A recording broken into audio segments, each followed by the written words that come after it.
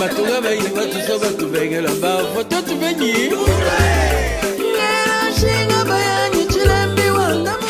quel domaine on peut le résoudre? L'agriculture.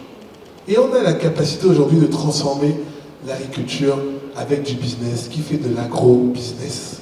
Ça veut dire qu'on peut avoir, et le docteur l'a dit, pas mal de terres érables, notamment sur le Congo. Rappelons aussi que le deuxième bassin forestier au monde, c'est le bassin du Congo. Parce que les gens parlent toujours évidemment d'Amazonie et du reste du monde, mais le bassin du Congo, c'est le deuxième bassin forestier au monde. Il y a énormément de choses à faire, il y a énormément d'opportunités. Et moi je dis aux nôtres qui sont ici, parce que nous sommes la diaspora, l'avenir, les amis, il s'écrit sur notre continent. Mais l'avenir, il s'écrit sur notre continent avec un mot important, l'humilité. Il ne faut pas que quand on parte d'ici et qu'on rentre dans nos pays, on a l'impression que, comme on a fait HEC, Sciences Po, la Sorbonne, le pays nous attend. Il y a des gens, vous voyez ce qu'a fait le docteur, vous voyez la carrière brillante qu'il a, il y a des gens qui sont sur le continent et qui s'en sortent. Et on va souvent être nous-mêmes dans un sentiment dans lequel on va toujours parler de choses qui nous opposent, de choses qui nous séparent, de choses qui nous différencient. J'ai échangé récemment avec le Premier ministre de Tanzanie en lui disant que je suis un peu déçu qu'il n'y ait pas assez de business entre l'Afrique anglophone et l'Afrique francophone. C'est le même continent. Donc il faut qu'on soit nous-mêmes d'abord conscients de la valeur qui est la nôtre. Parce que demain, quand les investisseurs viennent pour investir chez vous, arrêtons ce sentiment de toujours dire merci de venir investir chez nous. Quelqu'un vient gagner l'argent chez toi, tu le remercies. Est-ce qu'il vient parce que tu es beau? Oui, moi je suis du Cameroun. C'est le continent, on est un peu... D'accord, vous connaissez. Quand même. Non, quand même. Mais, vous savez quand même vous-même que les gens qui viennent chez nous, c'est parce qu'ils sont conscients qu'on a un territoire d'opportunité. Et la réalité, c'est que tous ces gens-là, ils viennent chez nous parce qu'ils viennent investir. Et nous, on ne met pas assez la valeur de ce qu'on porte, de ce qu'on est, qui fait que dans les négociations, on ne peut pas bien signer les contrats. Et on ne se tend pas assez la main. C'est pour ça que je vous ai dit tout à l'heure que moi je fais du sud-sud. Et j'ai aimé, cher docteur, tout à l'heure le Joker, parce qu'on peut le surnommer comme ça. Il a été impressionnant dans la réalité du terrain. Parce qu'en fait, moi je considère, et c'est ce que je partage aussi avec ma grande sœur qui est ici, la capacité de se tendre la main. Et quand vous avez des grandes dames, comme Marjorie Saint-Lô, qui porte aussi cet engagement de rêver sa vie, de vivre ses rêves, et de tendre la main à ses petits frères et ses petites sœurs, c'est comme ça qu'on doit faire, les amis. C'est pas toujours attendre. Et le jeune homme tout à l'heure a dit, oui, moi j'ai pas de réseau, mon papa n'est pas quelqu'un, ma maman n'est pas quelqu'un. Mon cher frère, moi mon papa n'est pas quelqu'un, ma maman n'est pas quelqu'un, mais on a réussi en se tendant la main avec Nissi, avec Elisabeth, avec Marjorie, avec Grace, avec tous les grandes sœurs, de se tendre les mains les uns les autres. Parce que souvent on pense que quand on est africain, la réussite est individuelle. Non, les amis. On pense souvent que quand on est entrepreneur, on va réussir tout seul. Ceux qui vous ont dit ça, pardon, moi je suis ici pour dire la vérité, ils vous ont menti. La réussite, elle est d'abord collective. Alors, je suis Charlotte Bibog, je suis entrepreneur agricole, mais à la base ingénieur en informatique.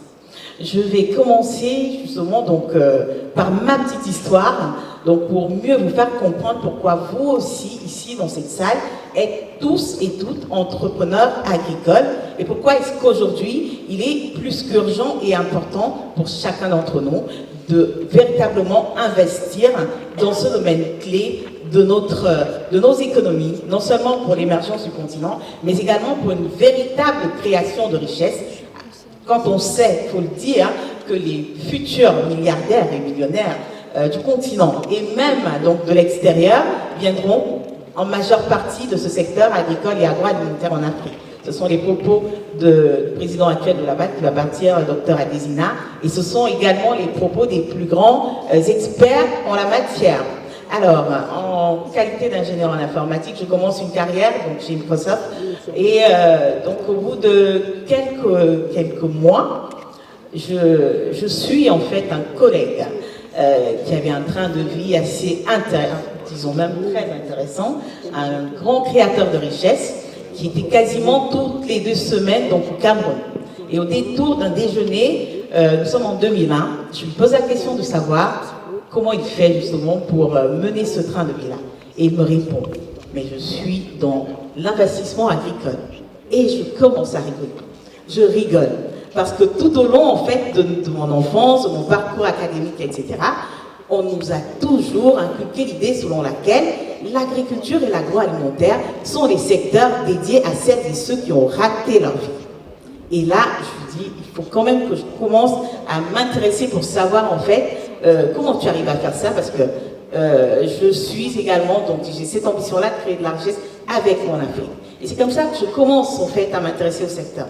Et quand on s'intéresse au secteur, on fait souvent, en fait, on a souvent une vision un petit peu limitée, en fait, de notre Afrique en la matière. Si je dis agriculture ou entrepreneuriat agricole ici à 10 personnes, je suis persuadée qu'il y en aura 9 ou 8, en fait, qui auront le réflexe production. Alors qu'en fait, la production, c'est tout simplement un pôle de la chaîne de valeur agricole et agroalimentaire.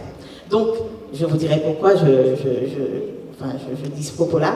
Je vais en Afrique, j'achète des terres, j'essaie de m'engager dans la production de cultures vivrières, etc. Un projet bien structuré, mais c'était un gros échec.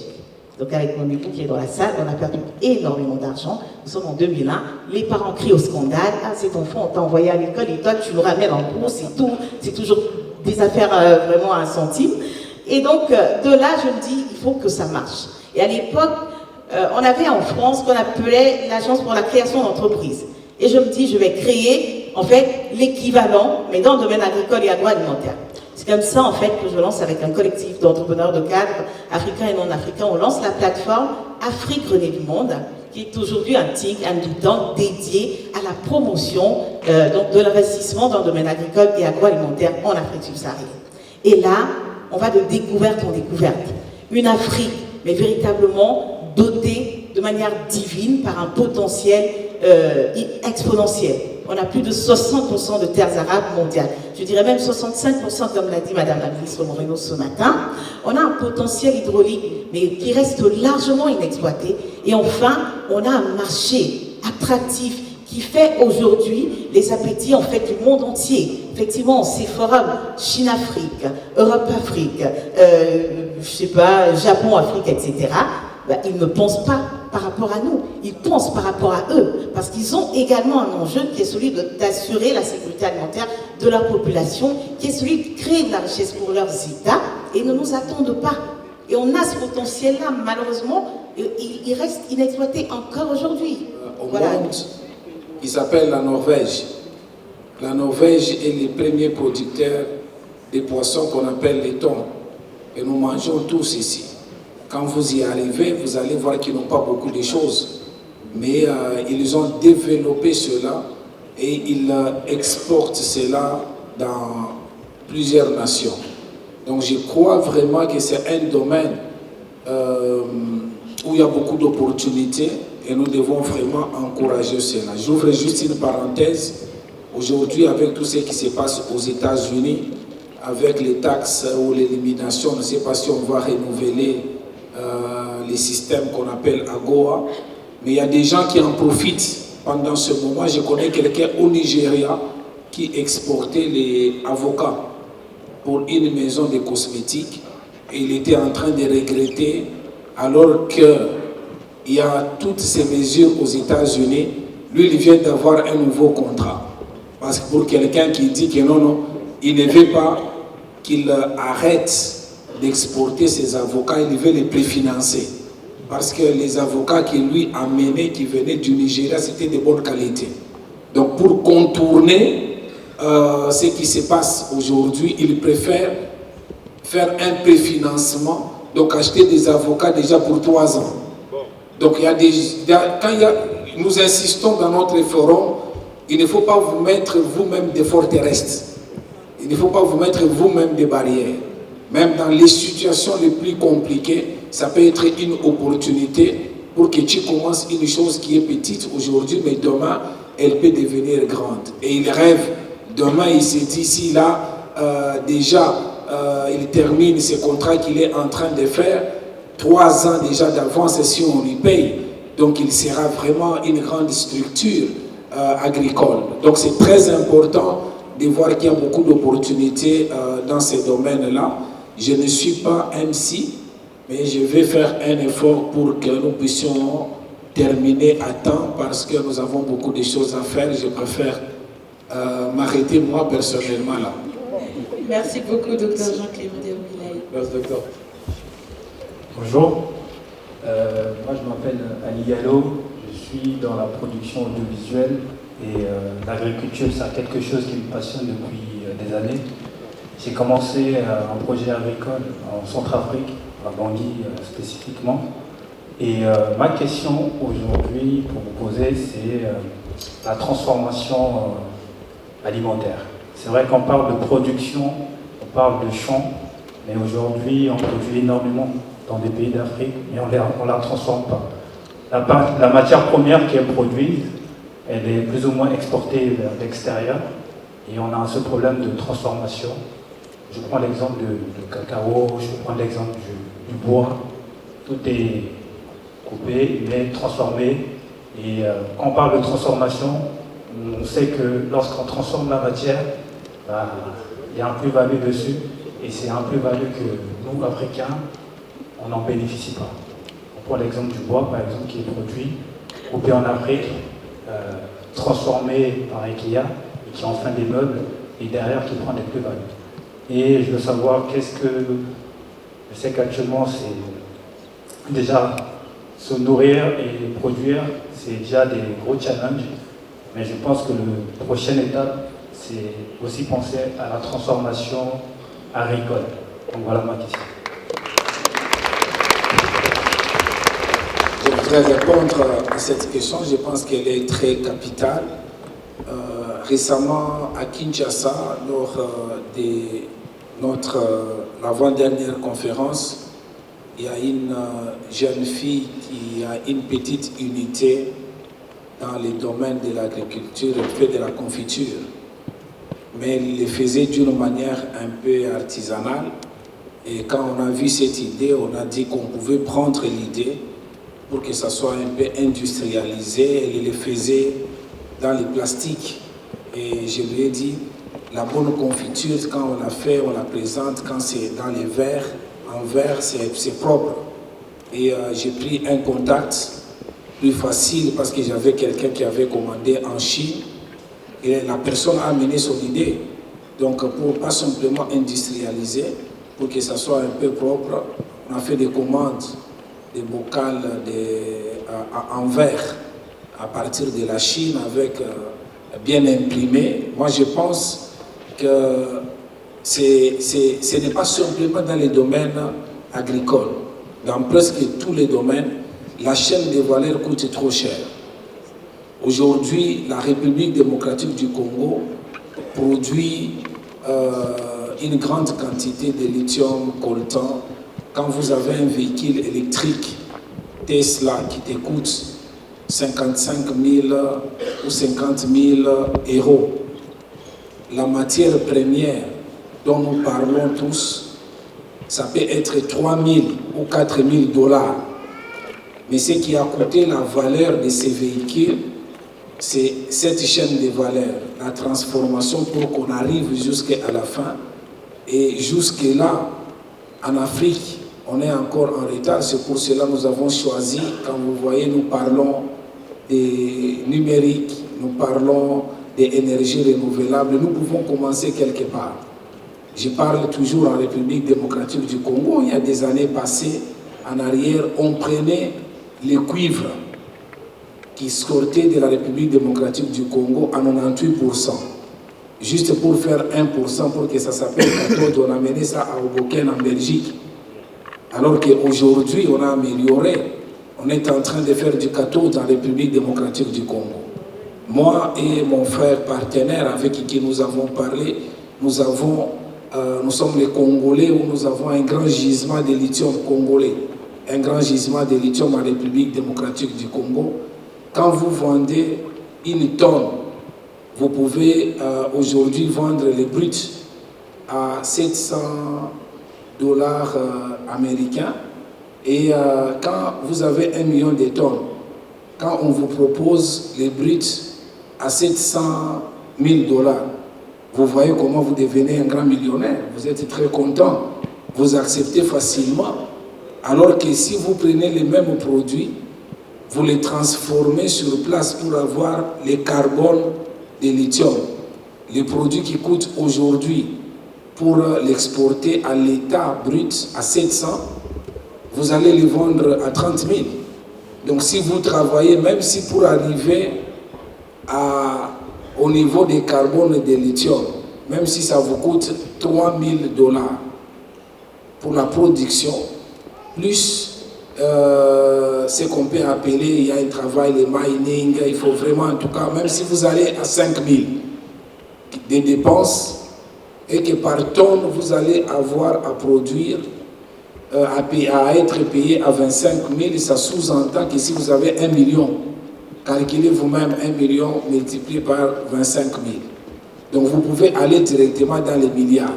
Et pour faire ces choses-là, ça demande aussi de temps en temps de la patience. Et nos États, et les politiques, et même les entrepreneurs, on veut les cafés instantanés. On veut gagner en une fois, alors qu'il y a des choses où on peut gagner aujourd'hui. Quand vous gagnez, vous avez déjà une assiette. Il y a des choses où il faut être patient. Parce que... Richesse d'Afrique, agriculture, énergie, verte et numérique. Tiambilai Business Center, qui est l'incubateur d'entreprises. Mesdames et messieurs, nous sommes ici pour Grand Journal Intelligent, magazine d'information locale. Et nous sommes localement ici, à Issy-les-Moulineaux, dans le centre sportif. Et donc, la conférence se passe très bien. Nous pensons bien rencontrer tout à l'heure, nous allons le voir, M. Diambilai, qui est le précurseur de cette affaire magnifique. Cette affaire magnifique, on a parlé de beaucoup de choses. On a parlé de l'Union africaine, on a parlé des douanes qui doivent être, des frontières qui doivent être ouvertes, on a parlé de l'économie africaine, on a parlé de cette collaboration économique. Mais comment on peut faire tout cela sans les routes, Alors, il y a l'agriculture qui est la richesse d'Afrique. C'est énorme parce que le Congo à lui seul peut nourrir l'Europe, l'Amérique et l'Afrique. Le Congo à lui seul. Et donc, comment développer ça sans infrastructure? L'Union européenne a développé son système de communication et donc c'est fluide quelque part. L'Afrique peut le faire aussi. Nous pouvons le faire. Et avec des gens avec des idées comme celles que nous avons eues, les choses peuvent partir, mais il faut être indépendant. L'Union africaine doit être indépendante. Est-ce qu'elle a quelqu'un qui le chapeaute? C'est ça le problème. On ne peut pas décider de tout nous-mêmes. Mais l'Union européenne décide elle-même. Nous aussi, nous devons y arriver et ouvrir nos frontières et élargir notre communication. Du jour et de toujours, amis d'amour, voici la diaspora qui est positive, la diaspora inventive, la diaspora qui va de l'avant, la diaspora qui transforme. Nous avons un banquier, il va nous parler. Ne vous fiez pas à son look, c'est un banquier, l'argent est caché derrière. On l'écoute, vous pouvez vous présenter. Parfait, merci beaucoup. Je m'appelle Alpha Nuri et je monte la Banque de la Diaspora. La Banque de la diaspora qui crée, la diaspora positive.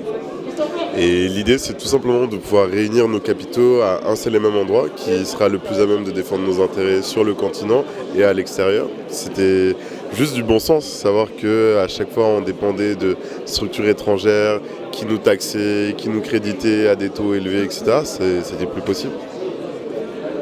Grand Journal, magazine indépendant pour l'information locale. Nous sommes à Châtillon-Montrouge, non, nous sommes où là? On est à Issy-les-Moulineaux. À Issy-les-Moulineaux, au Palais des Sports où s'est tenue une grande conférence.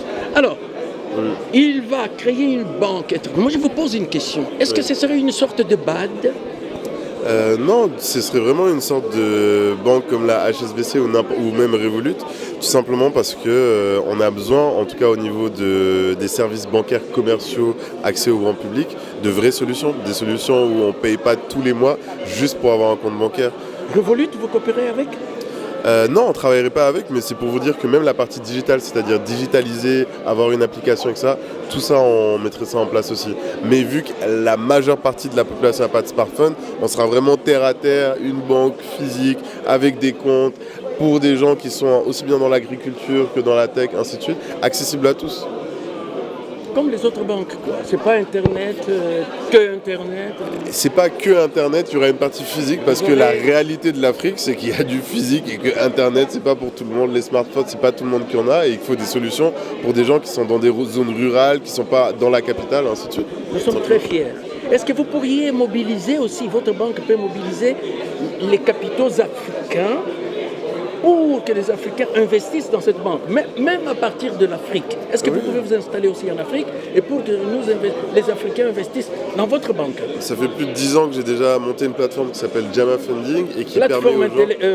Internet? Oui, mais qui permet de réunir des capitaux et qui a accompagné plus de 4000 projets en Afrique dans 36 pays sur les 54.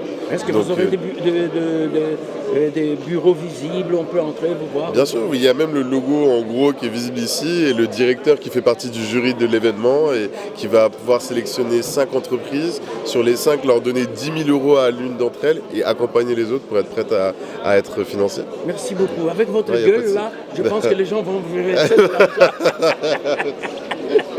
La diaspora positive. Merci. Voilà, la bonne graine de l'Afrique. Merci beaucoup.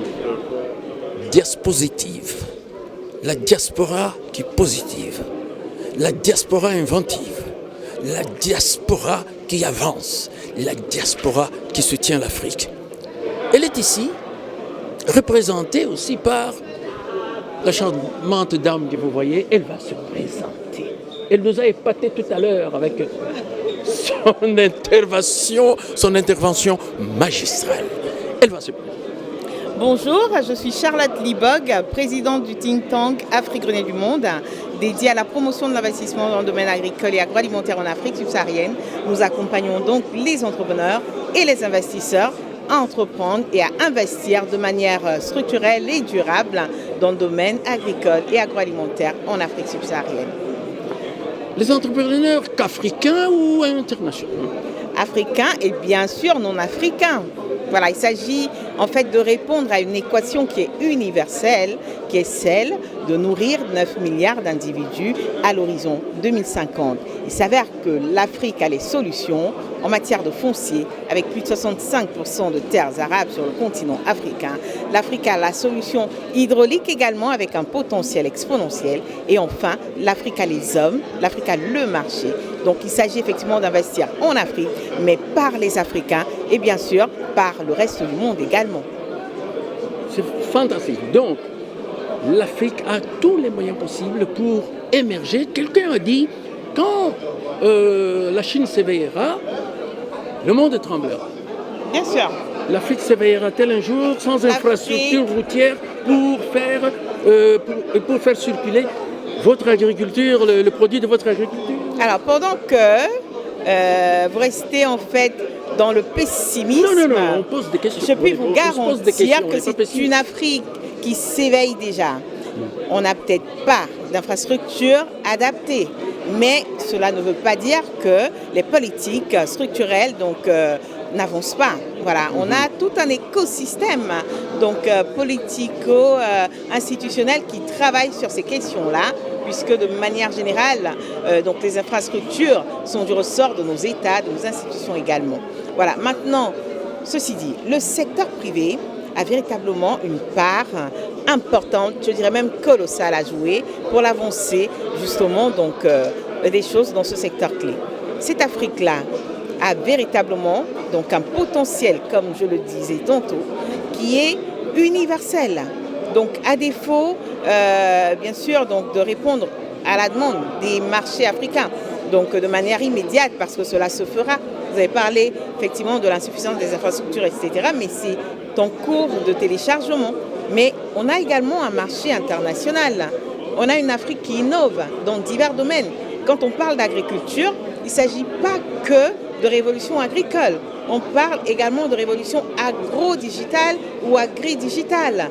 Donc le numérique aujourd'hui et la jeunesse justement du continent permettent de rêver. Féminine aussi. Permettent de rêver. Oui, bien sûr, les femmes sont réellement engagées. Nous permettent de rêver. Pourquoi ne pas penser justement à l'innovation agro-digitale avec la création... Qu'est-ce que ça veut dire agro-digital? Agro-digital, c'est tout simplement en fait la révolution agricole appliquée au numérique ou alors la révolution numérique appliquée à l'agriculture. Concrètement, ça veut dire quoi? Tout simplement créer de la richesse à partir du numérique, donc appliquée à l'agriculture. Par exemple, dans le domaine de la formation, qui a besoin aujourd'hui de connaître une véritable révolution. Nous devons former nos jeunes.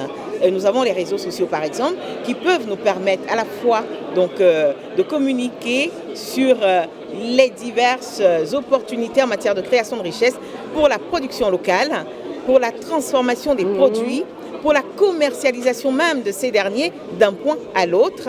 J'habite, on va dire à Abidjan par exemple, et je peux commercialiser en fait mes produits à une personne qui habite à Ouagadougou, grâce justement donc aux réseaux sociaux par exemple. Ça, c'est un secteur qui révolutionne les choses. Encore faudrait-il que notre jeunesse puisse prendre conscience du potentiel qu'elle a justement avec les réseaux sociaux.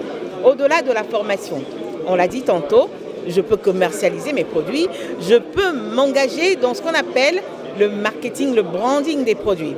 Voilà, donc il y a tellement de choses à faire. Oui, voilà, des formations en matière de branding pour les produits africains. Et ce type de formation, vous pouvez les donner ou que vous trouvez dans le monde. Ça veut dire quoi concrètement? Ça veut dire que voilà également une voie royale pour créer des synergies entre le Nord et le Sud, pour pouvoir justement améliorer la compétitivité de la production locale, donc afin qu'on puisse véritablement parler d'une attractivité de ces produits-là sur le marché. Il y a tellement de choses à faire. Une petite question simple pour terminer. La Goa a pris un coup de canif avec Trump. Est-ce que vous pensez que nous serons d'ici 5 ans capables d'exporter ce que nous transformons? Pourquoi pensez-vous que la Goa puisse...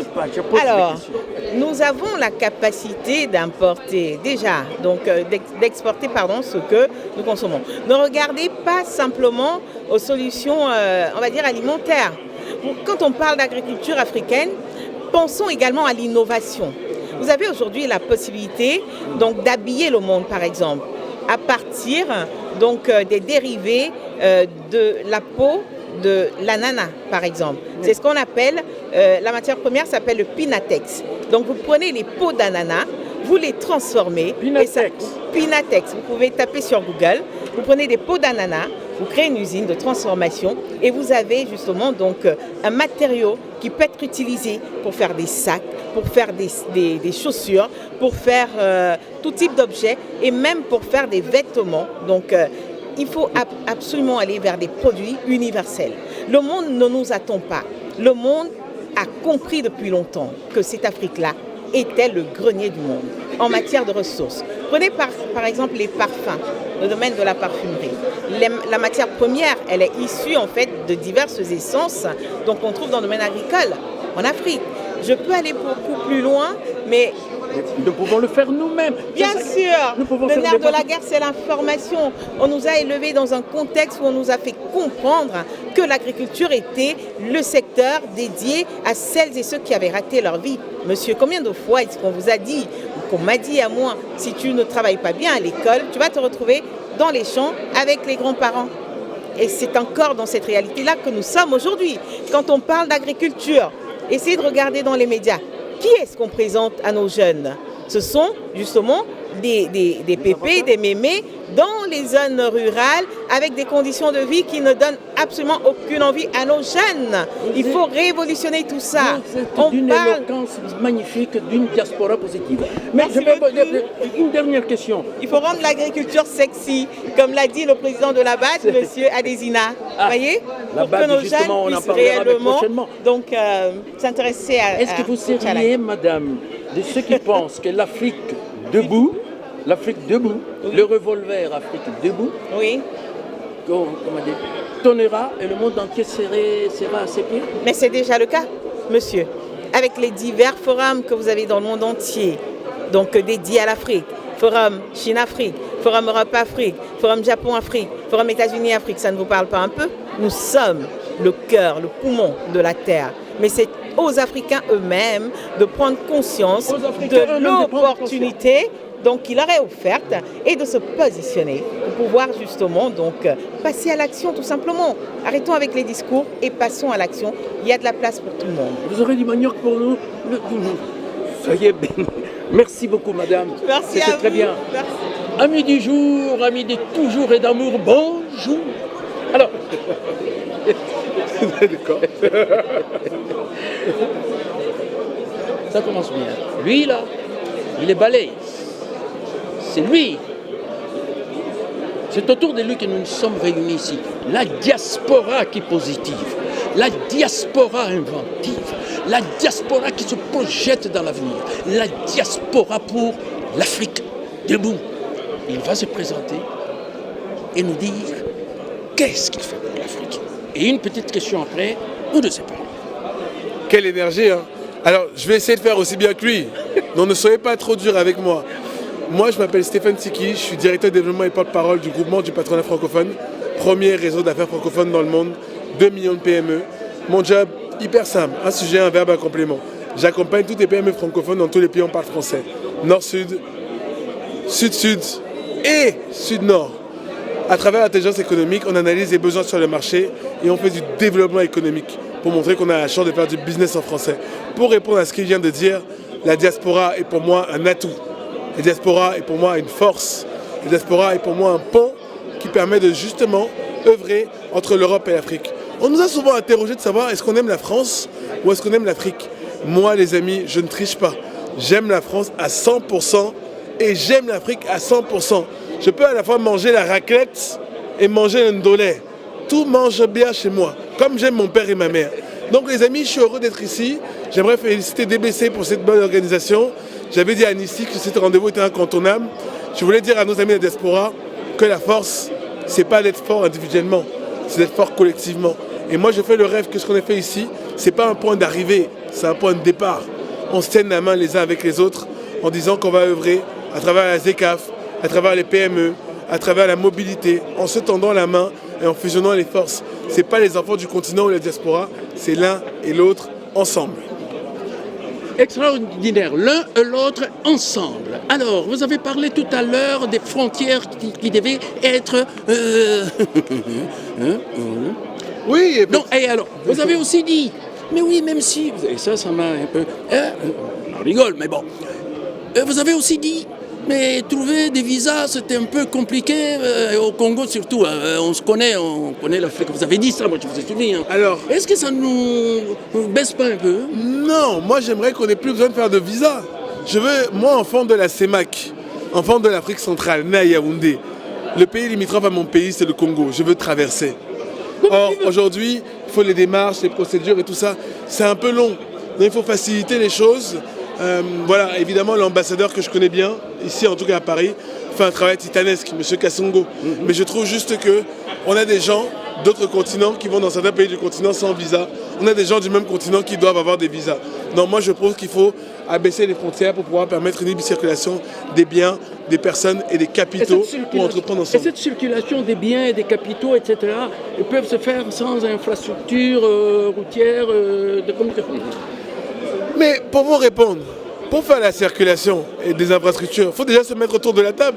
Si on est séparés les deux par une frontière, vous êtes de votre côté du mien, il n'y aura rien qui va se faire. Moi, je propose qu'on abaisse la frontière pour que vous êtes de votre côté, je suis de mon côté, on se met ensemble et on fait la route ensemble. Comme l'Europe, quoi. Comme l'Union européenne. Comme l'Union européenne, j'ai dit à madame d'ailleurs qui est là, moi j'ai cru en Jean Monnet qui a fait la CECA, la communauté européenne charbon et d'acier. Et il faut s'inspirer des choses qui marchent bien. La CECA a très bien marché. L'Union africaine peut y arriver aussi à faire ça ou elle est divisée parce qu'elle est financée par l'étranger? Alors moi je ne parle pas d'Union africaine, je parle de zone économique de libre-échange. L'Union africaine c'est les politiciens, ils font bien leur job, je les laisse faire.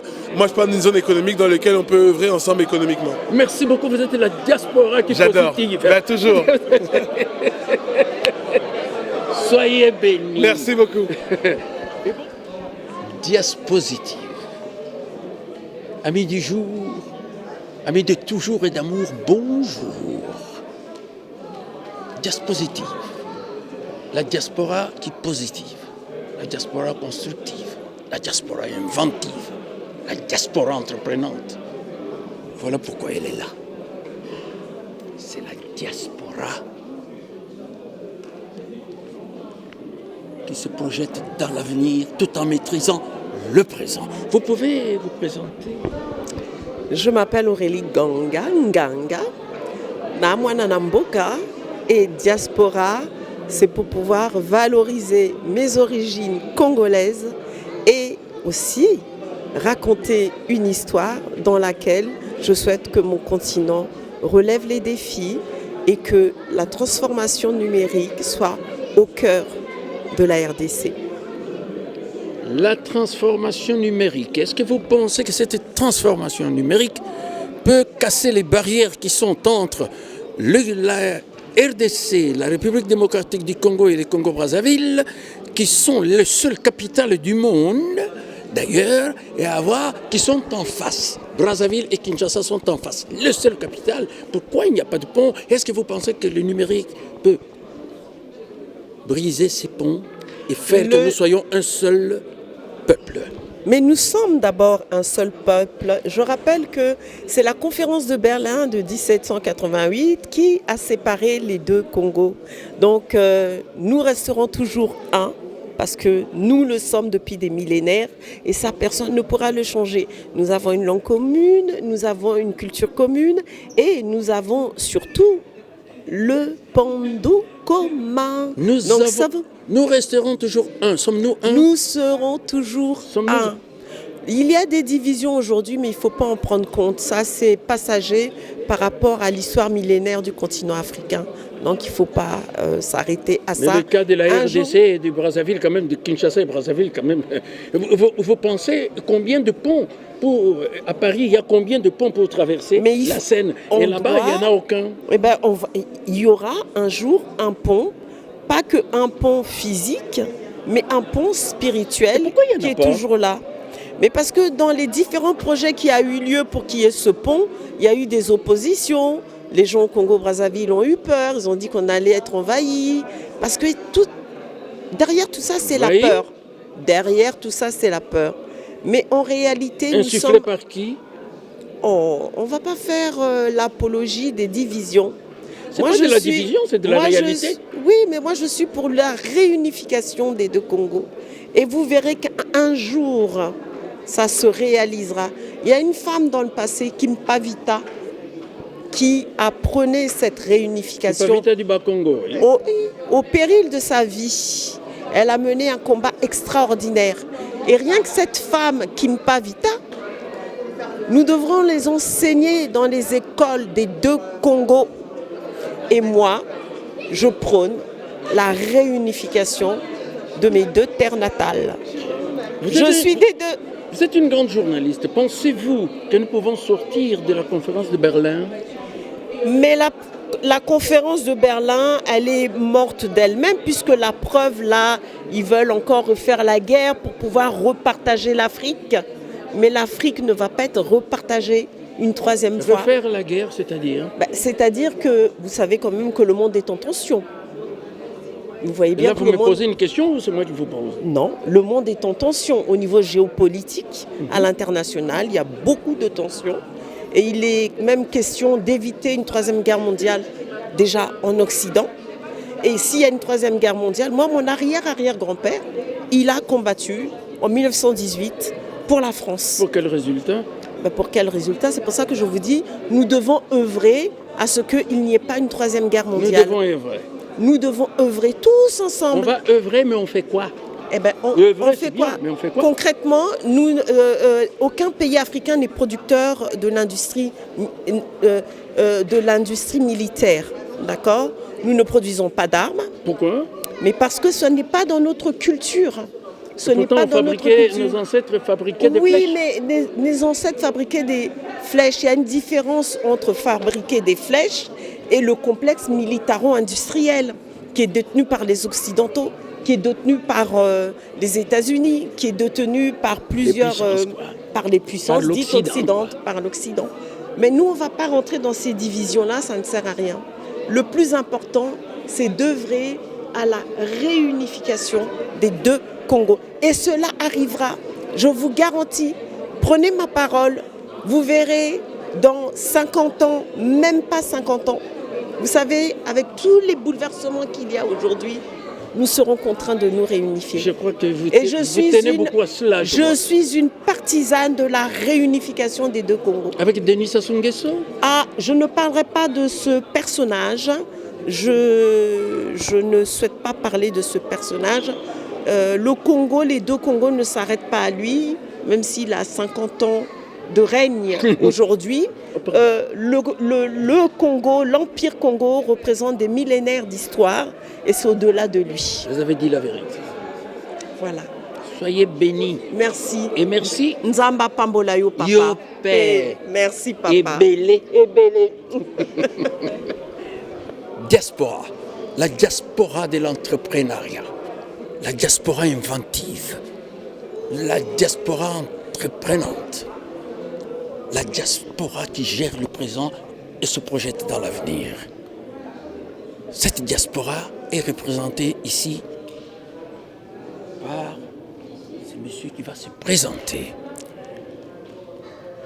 Pouvez-vous vous présenter? Et il y a aussi le grand journal, donc pas le grand journal, mais grand journal intelligent, magazine international pour l'information locale.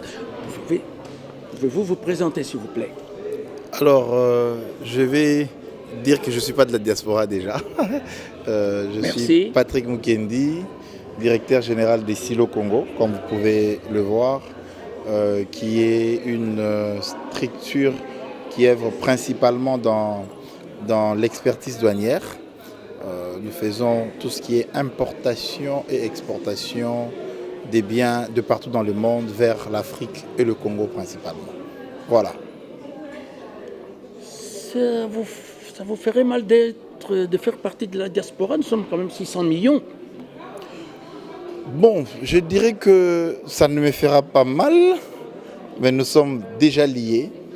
Nous avons nos frères, nos sœurs, nos parents, nos enfants. Et je pense même que la diaspora contribue beaucoup à l'essor de nos pays grâce aux envois, au soutien, ainsi de suite. Donc, d'une manière ou d'une autre... C'est compté un milliard. Imaginez, c'est en termes de milliards. Donc, nous sommes liés. Vouloir ou pas, nous sommes liés. Donc, ça ne me dérangerait pas votre question. Importation, exportation, c'est votre domaine. Pouvez-vous estimer les exportations africaines dans le monde? Je n'ai pas de statistiques. Mais tout ce que je sais que c'est énorme les exportations qui se font dans le monde. C'est de l'Afrique vers les autres pays du monde. Dans quelle matière?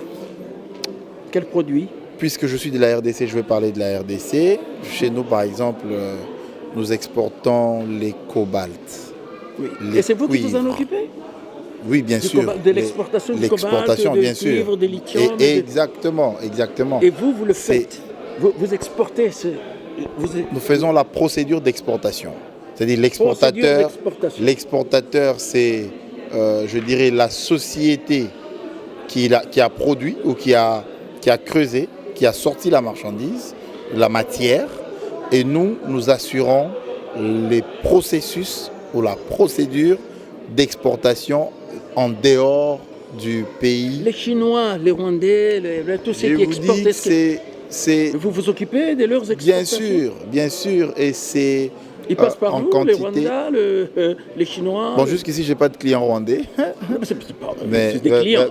C'est pas grave. Oui, mais j'exporte pour des Chinois, des Indiens, des Américains, des Européens, des Libanais, et c'est en quantité industrielle.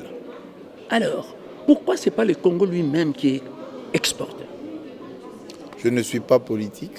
Mais ce n'est pas de la politique, c'est de l'économie et de l'exportation. Parce que je crois qu'on devait avoir des politiques d'extraction, des productions.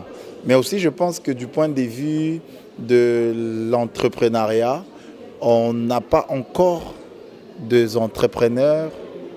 Ça commence, par exemple, le docteur Diambila et Jean Clément qui a commencé avec le lithium. Alors, mais on n'a pas... Il est exportateur? Bien sûr. Bien sûr. C'est magnifique ça. Ouais. Mais on n'a pas... par vous ou il a sa société? On lui parlera. Oui, on n'a pas des sociétés qui exportent comme des sociétés étrangères. Il faut le dire, dans mon pays, on n'a pas encore beaucoup de sociétés exportateurs qui s'imposent. Donc c'est peut-être en petite quantité, mais pas autant que... Est-ce que vous pensez que nous pouvons transformer ces choses au lieu de les exporter en l'état? Bien sûr, nous pouvons. Hier, les cuivres étaient exportés de façon brute. Et aujourd'hui, les cuivres est transformé. Oui, mais ça, c'est une goutte d'eau dans la mer. Mais bien sûr, ça commence toujours quelque part. Et il faut encourager cela. Oui, c'est très bien. Mais il faut encore des efforts. Voilà pourquoi nous venons ici, auprès de la diaspora. Parce que vous avez la technologie qu'il faut. Vous avez l'expérience qu'il faut. Vous avez la matière qu'il faut pour que vous veniez extraire, transformer et exporter. Très bien dit. Silo. Silo, ici en Europe, c'est là où on met du blé. Le blé pour... Qu'est-ce que ça veut dire pour vous, silo? Alors vous exportez, vous importez. Alors, silo a deux sémantiques. C'est d'abord les diminutifs de mon épouse, que je salue en passant. Mais aussi... on est loin de... Silo veut dire lieu de repos. Quand vous entrez dans la Bible, je crois que c'est en grec ou en hébreu, qui veut dire lieu de repos. Voilà. Vous êtes croyant? Bien sûr, très croyant et pratiquant. Croyez en quoi? En Jésus-Christ. Amen. Ok, voilà, nous allons conclure par là. Silo, oui. soyez aussi la réserve du blé africain. Merci beaucoup. À bientôt. À très bientôt. Amis du jour, amis de toujours et d'amour, bonjour. C'est Diaspositive. Diaspositive, la diaspora qui est positive. La diaspora des bonnes choses. La diaspora qui se projette dans le futur.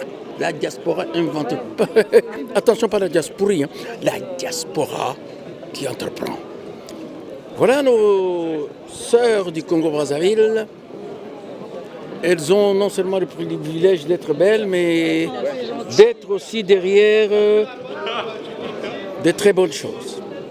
Merci.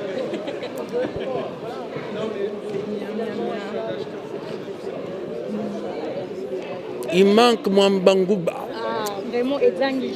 Et donc, je vais trop me rassasier. Il va couper. La banane plantain. La banane faite baignée. Il ne manque que les cacahuètes. Et c'est le temps. Je vais vous poser des questions. Vous pouvez vous présenter et nous dire qu'est-ce que vous faites. Moi, je m'appelle Gracia, donc je suis là pour représenter donc, la société Miamiac. Je vous signale que c'est le Congo-Brazzaville. Exactement, on vient de Brazza, coucou. BZ 242. Donc on propose des beignets de l'enfance qui sont faits par ma grande sœur. Donc on propose des beignets à base de bananes et des beignets également nature. Le but vraiment c'est de se raviver donc les souvenirs d'enfance. Et d'ailleurs je pense que ça a été le coup pour vous. C'est validé le test? On est né avec. Ah ben voilà. Donc n'hésitez pas en tout cas à nous suivre sur nos réseaux sociaux qui sont là. Et on livre partout en Ile-de-France. Voilà. Pourquoi ne pouvez-vous pas livrer en Ile-de-France dans Carrefour, Carrefour Market, dans le quartier, enfin des enseignes comme Auchan, etc. etc. C'est le projet. Non, vraiment c'est le projet. Là c'est le premier événement. La diapositive, donc la diaspora qui entreprend. Exactement, c'est pour ça qu'on est là d'ailleurs. C'est le premier événement auquel on participe. Donc on s'est lancé depuis peu. Donc là c'est vraiment une phase test. Cet événement ça a vraiment été le test et en fait on a eu plein de retours positifs. Et l'idée, le but en tout cas du projet, c'est vraiment de pouvoir distribuer dans toutes toutes ces grandes enseignes. Et après d'ouvrir des établissements aussi, pour pouvoir recevoir, accueillir du public, pour pouvoir nous y trouvons des boulettes chinoises, des boulettes argentines. Mais il faut qu'on trouve... Effectivement, je suis totalement d'accord. Excusez-moi. Il serait temps effectivement qu'on propose aussi ce genre d'aliments, que le Congo soit représenté dans ces grandes enseignes. Est-ce que vous pensez qu'il y aura un pont construit entre Brazzaville et Kinshasa? Ce serait l'idéal, on aimerait bien, vraiment pour le coup, c'est un projet. Qu'est-ce qui empêche? Nos relations compliquées, je pense. Après, ça c'est une question peut-être politique, je ne sais pas, mais... Vous pensez que les Quinois et les Brazzavillois ont des relations compliquées? Par moment. Là, je pense qu'on dévie un petit peu du sujet, mais une chose en commun qu'on a, ce sont ces beignets qui sont délicieux. Le sujet est pareil. Ces beignets viennent de Brazzaville et doivent être consommés en face, etc. Exactement. On ne sort pas du sujet. Non, on ne sort pas du sujet. Tout à fait. Oui, bien sûr. Très bien. En tout cas, moi, je me suis régalé. Vous êtes régalé, merci. En tout cas, c'était un plaisir de vous avoir régalé. Jazz Positive sera toujours là pour vous. Merci. Mais aussi, vous êtes de chez nous aussi, non? Comment? Vous êtes de chez nous aussi? Moi, je suis de Kinshasa. Mais c'est la famille. Mais il faut le dire tout le temps, il faut le dire. C'est la famille. La famille. Nous, on a surveillé le fleuve pendant que vous êtes allés.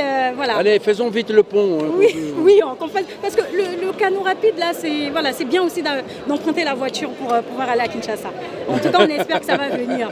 Construisez-nous le pont. On ira tous à Kinshasa. On ira tous à Kinshasa et on ira tous à Brazzaville. Brazzaville. Exactement. Et Ponton-la-Belle. Merci en tout cas. Ponton-sur-Mer. À très bientôt. À très bientôt, merci beaucoup. Et bon courage. Merci. Oui, pas de questions, posez-moi une question. Ah non. La deuxième suit. Pose, parce que là, avec les temps. Diambilai. D'après ce que je sais, ça veut dire tout simplement parlez pour vous. Défendez-vous. Diambilai. Vous parlez de quoi? Richesse d'Afrique. Pardon? Je parle des richesses d'Afrique. Très bien. Je vous ai écouté très attentivement tout à l'heure. Des richesses d'Afrique, vous avez parlé surtout de l'agriculture. Pour cette édition, on a parlé de l'agriculture, énergie renouvelable et du numérique. Mais quand on parle des richesses d'Afrique, on peut prendre toute une journée en train de parler de cette richesse que nous sommes, que vous êtes. L'humain, c'est déjà une richesse. Parler des richesses d'Afrique, on ne terminera jamais ce thème. C'est pour cela qu'on s'est dit, pour cette première édition, on parle d'abord de ces 3 points. Ok, très bien. La dernière question. Ça, c'est déjà la deuxième. Toi, non, c'est la première. La dernière, s'il vous plaît. Vous avez parlé aussi des frontières qui doivent être... Est-ce que vous pensez avec les structures que nous avons, l'agriculture peut fonctionner sur toute l'Afrique pour un bon échange? Très possible. Parce que les routes, les machins pour exporter... Non, tout est possible. Tout est possible. Ça peut se faire par comment les gens se déplacent. Vous êtes un homme de foi? Ouais. Vous croyez en quoi? Je crois réellement que c'est possible que l'Afrique soit transformée, que les barrières soient vraiment, en tout cas, rompues. Et je le crois vraiment. Merci beaucoup. Merci. Batuga benyi batuso batubengela ba foto tubenyi